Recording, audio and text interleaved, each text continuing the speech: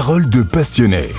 On part dans les prés pour découvrir la cardamine des prés. D'une plante qui s'appelle aussi le cresson des prés, une magnifique plante printanière dont Nadia, je t'ai ramené un petit bouquet au studio. Mais oui, merci. Et ça sent bon. C'est la star du moment. Et elle se montre brièvement entre avril et mai. Donc c'est maintenant qu'il faut aller l'admirer. Son petit nom allemand, tu m'as dit, c'est coucou. Effectivement, parce qu'elle correspond au retour de l'oiseau du même nom. J'aime bien toujours les petites anecdotes sur les fleurs. Et là, tu me parles d'une anecdote, surtout en Allemagne. Oui, on dit qu'un bouquet de cardamine dans la maison attire la foudre chez vous. Et même en Autriche, quand on cueille une de ces fleurs, on est condamné à être mordu par une vipère. Tu t'es pas fait mordre? Non, j'ai pas croisé de vipère ce matin. Ces légendes, je pense, sont surtout un moyen d'inviter les enfants à s'éloigner des zones humides. On la trouve près des zones humides, c'est ça? Voilà, bord de Sahara, les prairies alluviales. Pas bête, hein, nos ancêtres. Oui. On va la décrire brièvement. Alors, c'est une plante assez grande, comme tu vois, 30 à 40 cm de haut. Ce qu'il faut surtout observer, c'est les belles couleurs, la belle couleur mauve de la fleur et aussi les fleurs qui sont en croix, 4 pétales. C'est une grande caractéristique d'une famille botanique qu'on appelle les brassicacées. Pour faire simple, c'est la famille du chou, de la moutarde.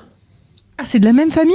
Exactement de la même famille. Et on va faire l'expérience après. Tu me parles d'expérience, on va parler à leur usage culinaire, c'est ça? Absolument, Nadia. Et je vais t'inviter à prendre une fleur et à la croquer. Toute la fleur? Toute la fleur. C'est pas mauvais. Sens-tu cette petite amertume avec ce goût de moutarde, ce piquant? Oui, ça pique un peu. Donc, vous l'aurez compris. On peut la consommer, cette fleur. On peut la mettre dans les salades, etc. Absolument. Ainsi que les feuilles. Aussi belle que piquante, la belle cardamine des prés a tout pour nous séduire. C'est une plante qui doit nous sensibiliser à la menace qui pèse sur les zones humides. Parce que dans certaines régions, c'est une plante qui a complètement disparu. Et heureusement, on l'a encore chez nous. Et ces milieux humides sont très précieux pour la biodiversité, mais aussi très fragiles. Victimes de nos pratiques d'assèchement des sols, d'urbanisation irréfléchie. Et on sait toutes les conséquences désastreuses lorsqu'on détruit des milieux humides, surtout lorsqu'il y a de fortes pluies. Merci beaucoup pour cette jolie découverte, Gilles. On rappelle à nos auditeurs que tu es ethnobotaniste et mycologue.